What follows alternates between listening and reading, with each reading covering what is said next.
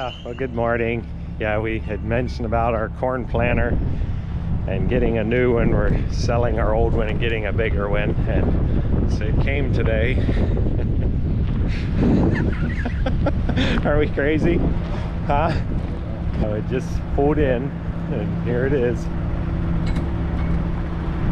We have had a Great Plains twin row planter for a number of years, and they're centered on 30 inches, but the twin rows plant 8 inches apart. The rows are 8 inches apart, and then they're interseeded in there, so they're not like side by side. And we used to plant, for us, we chop a lot of silage for our cows, and we used to plant a lot of 15-inch row corn, and we really like the twin row as you can chop or combine anything. And we got into a bind a couple years. We had to chop all of our 15-inch row corn, and some of it that we had planted in 30-inch, planted the shell, didn't have the greatest of ears, and we had to chop that too. But then some of the 15-inch row that had good ears, we couldn't shell it because we'd had a lot of field loss. So with a twin row, we can chop or plant or combine whatever we want to, and we really like the twin row for soybeans. They do tremendously well. But so anyhow, we had them set it up. We put precision planting on it and had them redo a bunch of stuff on it. But yeah, so we'll get a little more video of it here. We're pulling it off the trailer.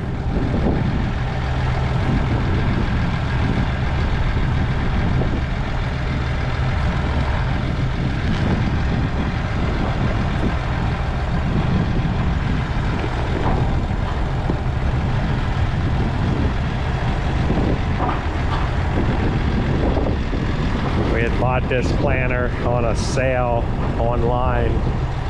I forget if it was Indiana or Illinois, and then we brought it in here to Lancaster. There's a guy that goes over them and puts all the precision planting stuff on them, and rebuilt some other stuff. It was a pretty good planter overall, and it looks pretty nice.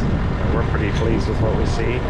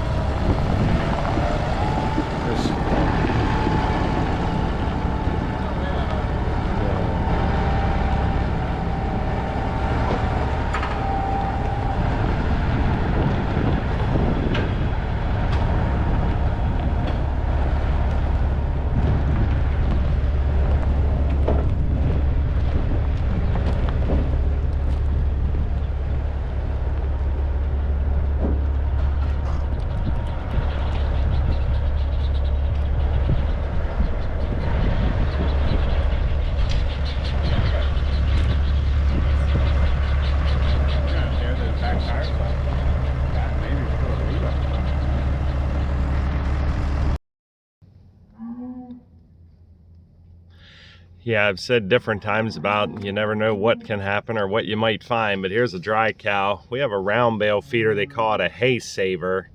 It's here in the morning. It's about 4 o'clock in the morning, but I found her here, and I'll try to maybe get a little bit of video of this in the daylight so you can see it a little bit better. But they make them, the bale fits in the center there, and it's kind of like a funnel, and the bars, like the pipes that go up around on the outside here, they're slanted a little bit. On the inside they're straight, but they taper down and get skinnier at the bottom. Well, this is only about the second or third time I ever remember this happening in years, but they'll stick their head way up high and get it down in there, and then they can't pick it back up. And if you see there at the top on the outside, there is a pipe that's supposed to help keep them from doing that and kind of holds them loops all together. But every now and then you have one that still gets their head in there. So I'll see if I can get her out of there, and normally I can, if just help them get their head up a little bit higher. But so yeah, we'll see if we can get her out here. There she got loose. Yeah, often I'll just take my pallet fork and reach in there and just ever so gently catch under the bottom of their chin.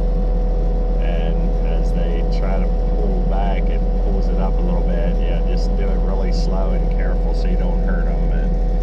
try to get in there, there really ain't nothing to stand on in there. And yeah, my windshield on my skid loader is kind of dirty here, but yeah, if you try to get in there, there's really nothing to stand on, and your head's about the same level as their nose, and yeah, it's not really a good way to try to get them out by hand. Yeah, good afternoon, everyone. This is Monday afternoon. This morning is when that cow had her head caught in this feeder. I wanted to show you a little bit more here in the daylight. Yeah, the company that makes these, they call them hay savers. You can feed round bales. They make one for square bales too that's more of a oblong. This one is round. And they make this kind of like a funnel in the center. I don't know, I'll try to lift it up here. I don't know if you can see it.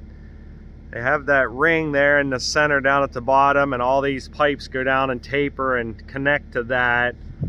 And the idea is that your round bale lays in there, and they reach through these bars here and grab and eat, and anything that falls out falls down in the bottom. They clean it up. And yeah, they don't waste very much hay in a feeder like this, not compared to like if you'd stick a round bale in just a round ring feeder.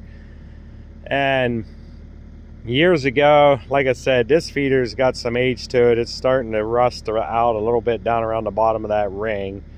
But years ago, we had a little trouble with these pipes here.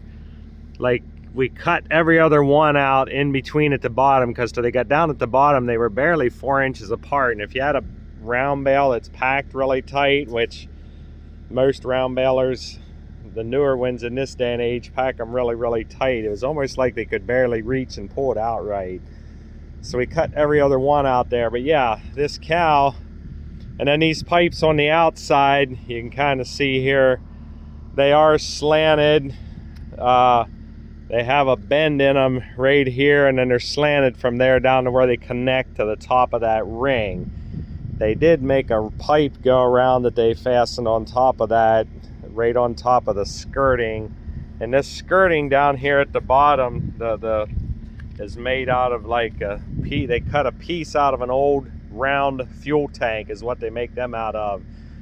And some of them, like I think I mentioned this morning, they do make some of them with a rubber ring that would be made out of like a construction, like a big old yellow dump truck. Them huge ones you see on work sites or down in quarries and stuff like that, they have humongous tires on them. Some of them, they do put them rubber tires on. But yeah, I'm pretty certain I bought this before I was married, so if that's the case, it's more than 32 years old. So at that rate, it held up pretty well, and we've used it pretty much solid all the time. Years ago, we would have fed our milk cows round bales free choice before we would have fed them a TMR, and since that, it's over here in the dry cow barn. But yeah, going back a little bit more to the feeder, they have these pipes then connecting here each loop that would kind of tie it all together and hold it together, and also keeps them from like slipping their head down there. But every now and then one will stick their head up underneath this pipe and somehow get it up in here and then down in. She kind of had her head stuck in between these two pipes down against this bar, and yeah, and when it's there, she's trying to pull back, and she can't because she has to raise her head up to get it out. So that's why she couldn't get it out on her own. But yeah, we helped her get her head out, and she's fine. They're out in pasture right now, but I seen her earlier when she was heading out, and yeah, there's nothing wrong with her. So anyhow, wanted to just explain a little bit more about this feeder when it was in the daylight, so you had a little more idea about that.